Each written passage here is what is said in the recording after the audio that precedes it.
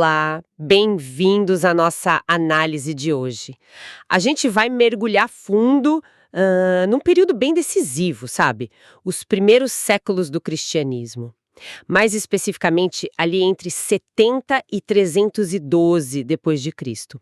É uma fase assim fascinante, onde aquela fé que nasceu como um pequeno movimento judaico se expande de um jeito incrível e começa a se ver como católica, no sentido de universal mesmo. Para guiar a gente nessa conversa, estamos usando o capítulo 3 do livro História do Cristianismo, do Bruce L. Shelley. E o nosso objetivo aqui é entender, né, como é que foi essa expansão, quem eram essas pessoas e o que significava essa identidade católica que estava nascendo. Tem até uma história que o Eusébio conta do rei Abgar de Edessa, que teria escrito para Jesus. Isso já dá uma pista, né, que eles olhavam para além do Império Romano. Bom, vamos começar a desembrulhar isso. Então, para começar, o que o autor quer dizer exatamente com cristianismo católico nesse período? Imagino que não é bem o que a palavra católica significa para a gente hoje, né? Nesse período aí entre a morte dos apóstolos e Constantino, a palavra católico surge com um peso duplo, muito importante para entender a época. Primeiro, significava universal. Era assim, para contrastar com a ideia de cada igrejinha local isolada, sabe? Existia uma forte noção de que todos os cristãos, não importavam onde estivessem, faziam parte de um corpo só, uma igreja mundial. Isso ecoava a ordem de Jesus, o trabalho de Paulo. Uma consciência global, vamos dizer assim, mesmo sem internet e tudo mais. Perfeito. E o segundo significado que andou junto com esse era o de ortodoxo. Católico começou a significar também a fé verdadeira, aquilo que vinha dos apóstolos, sabe? Em oposição a outras interpretações que já começavam a aparecer e que eles viam como erradas, como heresias. Inácio, que foi bispo de Antioquia lá no comecinho do século II, foi um dos primeiros a usar o termo nesse sentido amplo. Tem uma frase dele que é bem conhecida: "Onde estiver Jesus Cristo, aí está a Igreja Católica." Era uma visão de unidade, na verdade, antes de ser uma estrutura super rígida, entende? Era mais espiritual nesse começo. Faz todo sentido. Uma identidade que era, ao mesmo tempo, geográfica e teológica. Agora, essa expansão geográfica. Nossa, é impressionante pensar que em uns 3 séculos saiu de um grupo pequeno dentro do judaísmo para se tornar a religião que logo seria, digamos, a favorita do império. Como isso aconteceu na prática? Para onde eles foram? Olha, o começo dessa expansão foi muito, mas muito facilitado pela diáspora judaica. Já existiam comunidades judaicas por todo o canto do Império Romano. E nessas comunidades, tinha muita gente, não judeus, gentios, que se sentiam atraídos pelo monoteísmo, pela ética judaica. Eram os chamados tementes a Deus. Ah, sim, eu já ouvi falar deles. Frequentavam as sinagogas, mas não se convertiam totalmente. Isso. Eles admiravam muito, mas, assim, tinham rituais como a circuncisão, que era uma barreira, né? Para gregos e romanos, aquilo era visto como algo estranho, até meio repulsivo. Entendi. E aí o cristianismo entra. Como? Aí que está a chave. Os pregadores cristãos chegavam e apresentavam a fé em Jesus como tipo o cumprimento de tudo aquilo que esses tementes a Deus já admiravam no judaísmo, só que sem a exigência da circuncisão. Foi uma combinação assim poderosa. Essas pessoas já tinham a base do Antigo Testamento, já valorizavam aquela moralidade. O autor, o Shelley, fala que era um campo preparado para a colheita, uma situação quase única, né, na história das missões. E isso ajudou a reforçar a ideia católica. Eles se viam como verdadeiro Israel fiel, agora espalhado pelo mundo. Que dinâmica interessante é essa com o judaísmo, né? E em termos de mapa mesmo, para onde eles foram? Seguiram as cidades grandes, as rotas comerciais, como Paulo fazia? Sim, a estratégia foi muito urbana no começo. Depois da queda de Jerusalém, em 70, depois de Cristo, que era o centro inicial, Antioquia, da Síria, virou um ponto nevrálgico. A terceira maior cidade do império, né? Exatamente. Uma cidade cosmopolita enorme para a época. E a igreja lá cresceu tanto que séculos depois, algumas estimativas falam que talvez metade da população já fosse cristã. É impressionante. E de Antioquia, a fé foi se espalhando. Para leste, chegou em Edessa, que ficava fora do Império Romano. Edessa se tornou o primeiro reino a adotar o cristianismo oficialmente. Foi uma ponte importante para o Oriente. Existem tradições antigas que ligam essa expansão até a Índia, talvez pelo apóstolo Tomé. Se ele foi mesmo até lá, a gente não tem como provar historicamente, mas o fato é que existe uma igreja cristã muito, muito antiga na Índia. Fascinante. Mas o fluxo principal de expansão, pelo que parece, foi para o Ocidente, né? Seguindo mais os passos de Paulo. Sem dúvida, a Ásia Menor, que é a Turquia hoje, especialmente a região de Éfeso, foi um terreno muito receptivo. Aí a gente tem aquele relato incrível do Plínio, o governador da Bitínia, escrevendo para o imperador Trajano lá por volta de 112. Ah, essa carta é famosa. Ele estava preocupado, né? Preocupadíssimo. Ele dizia que o cristianismo estava se espalhando muito rápido, por cidades, vilarejos, atingindo todas as classes sociais, todas as idades, a ponto de os templos pagãos estarem ficando vazios. É um retrato muito vivo do impacto social já no comecinho do século II. E ele sugere até uma penetração em áreas rurais, o que era meio incomum para a época. Nossa, um testemunho de fora, de uma autoridade romana. E Roma, claro, imagino que também foi um centro importante. Roma como capital, claro, se tornou um centro vital. A igreja lá cresceu muito, embora no começo fosse formada principalmente por gente das classes mais baixas, muitos falantes de grego, escravos, comerciantes, libertos. Um estudioso, o Adolf Harnack, estimou que lá por 250 d.C. já poderia ter uns 30 mil cristãos em Roma. E a ligação forte da Igreja de Roma com as tradições de Pedro e Paulo deu a ela um prestígio enorme desde cedo. E o resto da Europa Ocidental? Gália, Espanha, Bretanha, foi mais devagar por lá. Parece que sim. Na Gália, a atual França, a gente conhece bem a Igreja de Lyon no século II por causa do Irineu, mas a expansão geral parece ter sido mais lenta. O mesmo na Espanha. A Bretanha, a Grã-Bretanha, é ainda mais um mistério. A fé pode ter chegado com soldados, comerciantes, mas a primeira evidência mais concreta que a gente tem é só de 314, com bispos bretões participando de um concílio. Entendi. Mas o norte da África foi diferente, então. Completamente diferente. O norte da África, especialmente Cartago, na atual Tunísia, era um polo fervilhante de cristianismo. A fé lá era muito forte, tinha bispos em quase toda a cidade e vilarejo. E tem um detalhe interessante.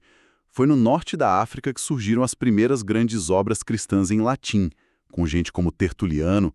Isso sugere que a elite romanizada aderiu com força. Ah, interessante. Mas isso não gerou conflito? Gerou sim. Ao mesmo tempo, essa ligação com a elite de língua latina criou tensões com as populações locais que falavam outras línguas, como o púnico ou o berbere. A questão linguística e cultural foi complexa ali.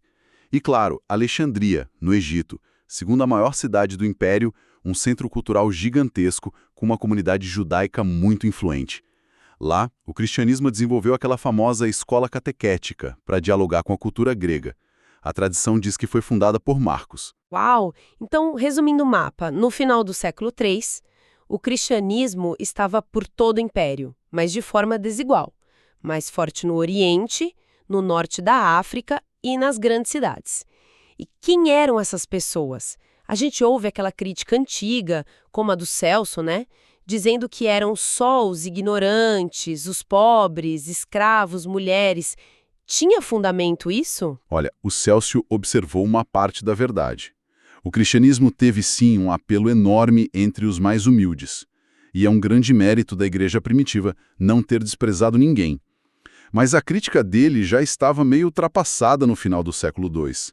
Nessa época, a fé já estava atraindo também gente educada, das classes mais altas, mentes brilhantes mesmo.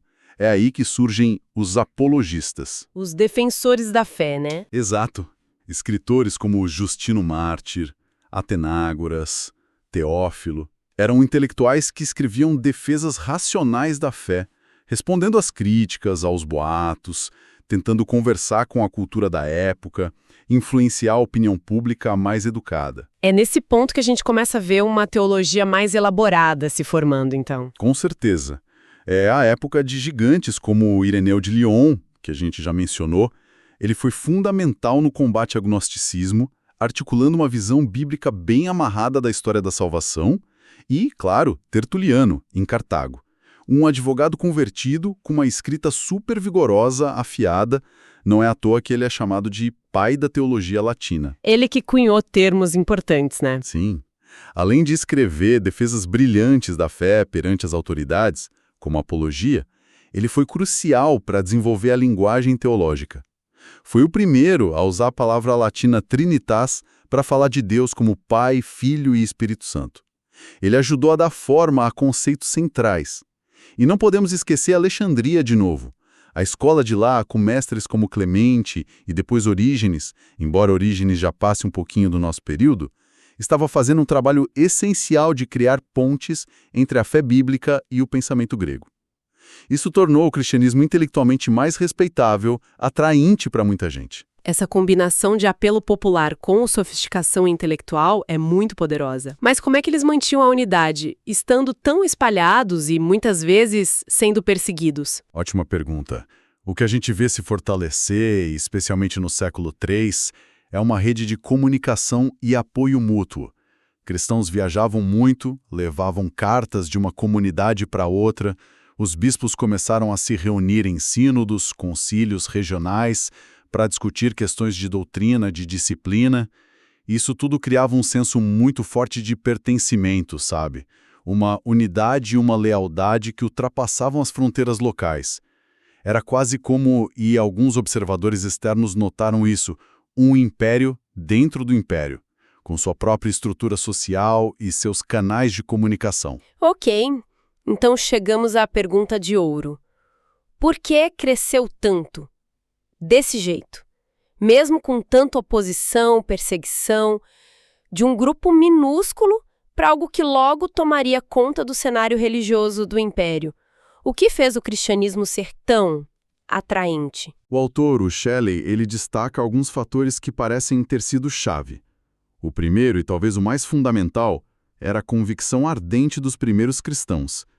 Eles estavam absolutamente convictos de que tinham testemunhado o grande evento da história, Deus agindo decisivamente em Jesus Cristo. Essa certeza, essa experiência, gerava um impulso enorme para compartilhar a mensagem. Não era só uma ideia, era uma realidade vivida que eles sentiam que precisavam anunciar, custasse o que custasse. Uma fé vivida com uma intensidade total, né? Total. Segundo ponto, o evangelho preenchia um vazio, respondia a anseios espirituais muito profundos daquela época. O mundo greco-romano buscava paz interior, virtude, sentido para a vida. Filosofias como o estoicismo, por exemplo, ofereciam um caminho através do autocontrole, da aceitação do destino. O cristianismo oferecia coisas parecidas, paz, coragem, desapego, confiança na providência divina, mas dizia que isso não vinha só do esforço humano. Vinha como um dom de Deus, pelo Espírito Santo, num relacionamento pessoal com Ele. Para muitos, isso soava como uma resposta mais completa, mais acessível talvez. E tem aquele famoso comentário dos pagãos: vejam como esses cristãos se amam uns aos outros. Isso pesou muito. Ah, com certeza. Esse é o terceiro fator crucial, a expressão prática do amor cristão. E não era só da boca para fora. O cuidado que eles tinham uns com os outros dentro das comunidades era algo notável. Assistência aos pobres, às viúvas, aos órfãos. Eles visitavam os irmãos que estavam presos ou condenados a trabalhos forçados, muitas vezes por serem cristãos. Mostravam uma solidariedade incrível em tempos de desastre, fome, peste, guerra. Isso contrastava muito com a sociedade da época e, sim, era percebido por quem estava de fora. E o autor dá um destaque especial para uma prática, né? O cuidado com os mortos. Sim, e isso é fascinante. O cuidado com o sepultamento dos mortos, especialmente dos mais pobres, era uma marca registrada deles. No mundo antigo, ter um enterro digno era algo muito importante. Para os cristãos, era impensável deixar o corpo de um irmão, que eles viam como imagem de Deus, abandonado insepulto. Lactâncio, um escritor cristão, disse que esse corpo não devia ser deixado para as feras devorarem. Isso ajuda a explicar as catacumbas, sabe?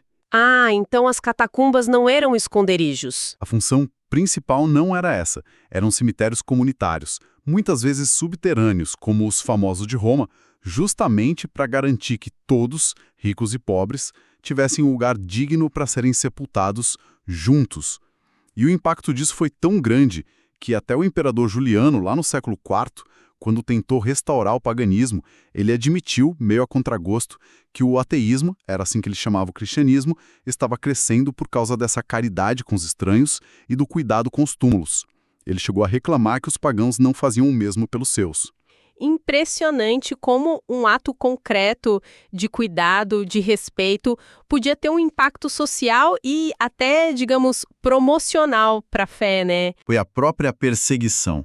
Os martírios, que muitas vezes eram espetáculos públicos nas arenas, acabavam se tornando testemunhos poderosos. A palavra mártir vem do grego, para testemunha, né? A coragem, a paz, às vezes até a alegria com que eles enfrentavam a morte por causa da fé em Cristo, isso deixava uma marca muito profunda em quem assistia. Tertuliano tem aquela frase famosa: o sangue dos mártires é semente de novos cristãos. Existem relatos de pessoas que se converteram ali mesmo, na hora, impactadas por aquela demonstração de fé inabalável. Nossa, que resumo forte. Então, o que a gente pode tirar de tudo isso? Fica muito claro que esse período foi absolutamente fundamental para formar o caráter católico, universal e ortodoxo do cristianismo. A gente viu uma expansão geográfica impressionante, o impacto social que alcançou todas as camadas, o desenvolvimento de uma defesa intelectual robusta e, talvez acima de tudo, um conjunto de fatores, essa convicção profunda, a capacidade de responder a anseios reais, o amor demonstrado na prática e o testemunho corajoso, mesmo sob pressão, que ressoaram de uma forma muito poderosa no mundo da época. Perfeito. E o autor, o Shelley, ele fecha o capítulo lembrando algo importante, que a igreja só era verdadeiramente católica, na visão deles, quando era movida pelo evangelho a alcançar todas as pessoas, em todo lugar, com a fé viva em Jesus Cristo. A expansão não era um fim em si, era uma consequência dessa convicção central. Isso deixa a gente com uma pergunta interessante para pensar, né? Se a gente olhar para esses fatores de crescimento, a convicção ardente, a resposta a necessidades profundas, o amor prático e visível e a força no testemunho mesmo sob pressão, qual desses elementos parece ser o mais desafiador ou talvez o mais essencial para qualquer grupo, qualquer movimento que queira ter um impacto transformador no mundo de hoje? Fica aí a reflexão. Bom, este foi o nosso mergulho de hoje. Semana que vem a gente volta com outra análise, explorando outras fontes. Que Deus abençoe a todos.